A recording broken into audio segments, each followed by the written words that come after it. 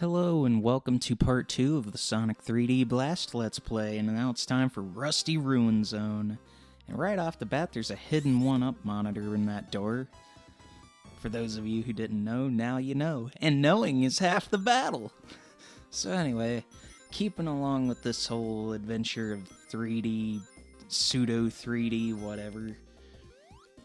I like these little spinny things here. In fact, there's a little screenshot I always share of Sonic just spinning like that. I like it. It's a very unique sprite. But anyways, the reason that I'm spinning around and going this way instead of getting the flickies first is because I need the special stage. I want the Chaos Emeralds. The Chaos Emeralds belong to me. So yeah, I've opened the pillar door there. This is probably my favorite. No, I'd say Act 2 is my favorite song in the entire game. The Rusty Ruins music is really good. Even in the Saturn version, it's really good. And another thing that's kind of neat about the Saturn version is there's some weather cycles in that one. Like sometimes it'll be raining, sometimes it'll be snowing. I like little extra bonus details like weather, and sometimes it'll even be foggy. But sometimes it's time to collect 50 rings, and let's see if I can manage to do that this time. Like I said, these special stages, it's pretty easy stuff for the most part, and sometimes these can be kind of tricky. Like my first few playthroughs of this game, I didn't know what I was really doing, and it's good stuff, it's all good. But yeah, I mentioned in the beginning of part 1 that this game originally came out in November of '96. The Saturn version followed a couple of months later, I believe. And the Saturn version was actually created as a last-minute knee-jerk reaction to Sonic X-treme getting canned. Which I'm still... It's still kind of a shame to read and learn about and see the potential that Sonic X-treme had. But when that game got cancelled, Sega was kind of left in a tight position where they had to put something in its place, so they ported 3D Blast, and it didn't really move the needle too much with the Saturn sales. And even that 3D Blast on the Saturn didn't really sell too well. Since it was primarily meant to be a Genesis game, I figured that most of the marketing was intended for it to be a Genesis game, so lost some flickies. But yeah, there's still so much I don't understand about that whole story with Sonic X-treme. It's like, why didn't Sega do more to like send more people over to help with that project instead of just letting it die in the water? Why wasn't there enough resources? Why weren't there enough people working on it? Why? It looks like it could have been a really fun game. Any version of it looks like it could have been really fun, honestly. Although I think the fisheye version would have been the best. But hey, a lot of people disagree. A lot of people say that it looked really disorienting and it didn't look fun, but people have different definitions of fun. I think had Sonic X-treme came out, it would have been seen as a meh, alright Sonic game, but I don't know necessarily that it would have been viewed in the regard as something like Sonic 3 and Knuckles or Sonic Adventure, the games that were in between that. Because the reception on Sonic 3D Blast seems pretty mixed. I mean, it sold well on the Genesis, but from everything I've heard, not a lot of people are really that impressed with this game. I like it, but I like it in small doses. So it was a bit of a challenge when I decided to record it. Didn't mean it wasn't gonna happen though. Eventually, there's some other Sonic games I need to record from the mid-90s timeline here. Like, I haven't recorded Tails Adventures yet, as I don't even know if I'm gonna record that game or not. I would like to try to record every Sonic game, and I mean, I'm not rolling it out. But I just don't like Tails Adventure, folks. I can't get into it. I don't like games where I don't know where I'm supposed to go or what I'm supposed to be doing. I mean, I like some of those games, sort of, but it's just not my style. That's part of why it's always been so hard for me to enjoy the Metroid series. And why I've kind of not messed around with the Castlevania games too much, because I like games to be at least somewhat straightforward. I like to have somewhat of an idea of what I'm doing or where I'm going. Because it's no fun to just wander in the same circles and get lost over and over again.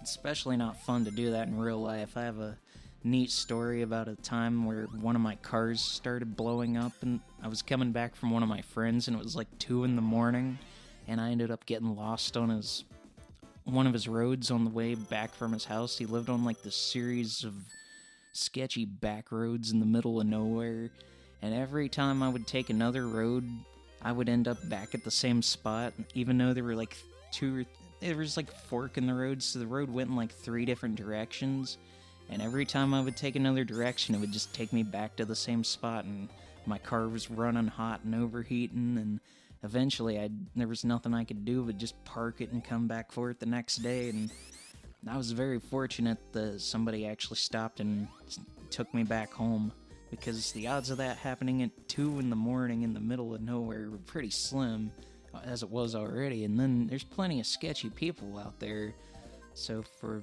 somebody to just be chill and help me out, that really made a huge difference. That meant the world to me. So definitely some good people out there still. And I was able to save that car for about 6 months. I seem to have this weird curse. It's lifted in recent vehicles, but I had a stretch where there was like 3 cars in a row that for some reason the head gaskets would blow and the car would just blow up.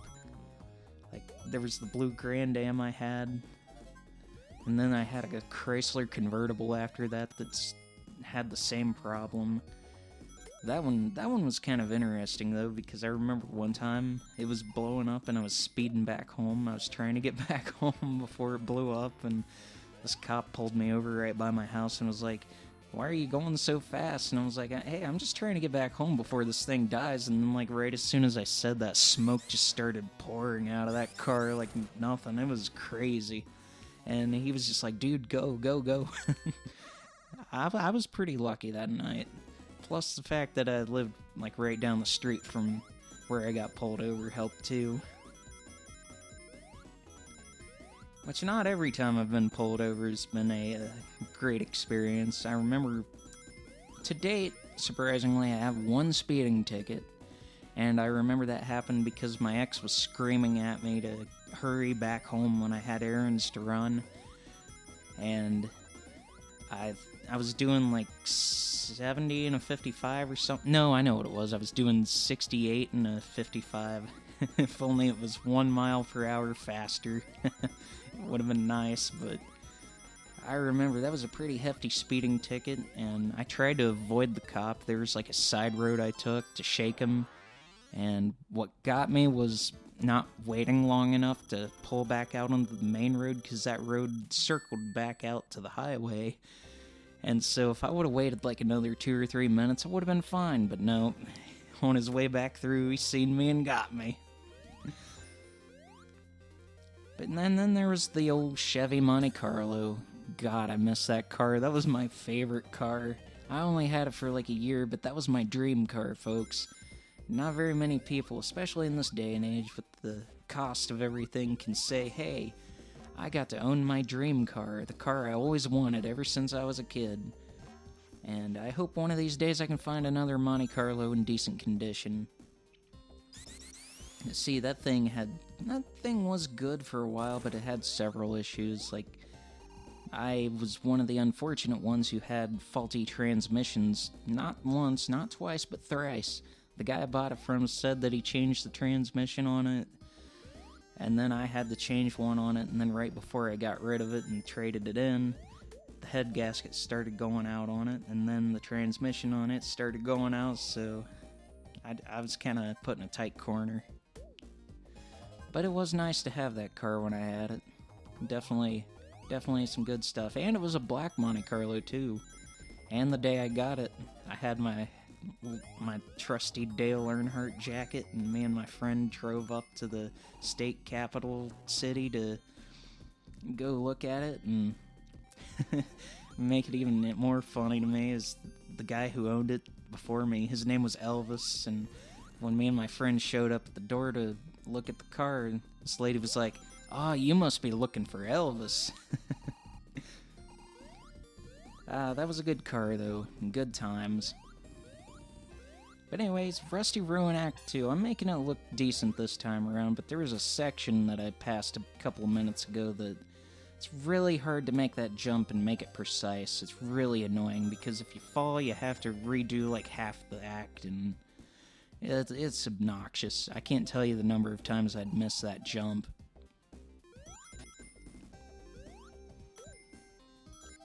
But yeah, it seems like, thinking more on the whole car thing, I've had a lot of bad luck with cars in the past. I've been through 6 of them now, but I went through 6? That sounds about right. I had 2 Pontiacs, the Monte Carlo, the convertible, 2 Toyotas, okay, 7 because I had the Explorer, that was my first one. Which, man, that's another one I still wish I kinda had, but that thing was a piece of crap. That thing had so many things wrong with it.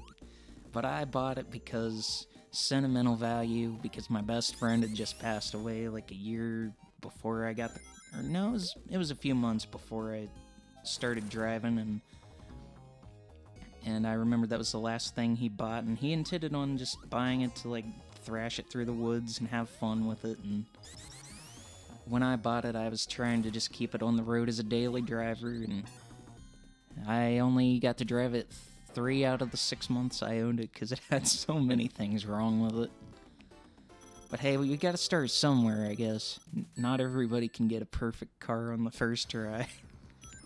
Or the second, or the third, or the fourth. That last car I had was great, the Toyota Camry. It was so good that even the deer couldn't stay away from it. That's why I don't have it anymore. But anyways, I'm getting a little off track here. Here's the boss battle for Rusty Ruins, and the music is different here. The music for the boss battle changes every other boss battle. See, like, you'll get the do-do-do-do-do-do-do-do. You'll get that in, like, every odd number boss fight. And then every even number boss fight gives you this different theme. Kind of interesting, if I do say so myself.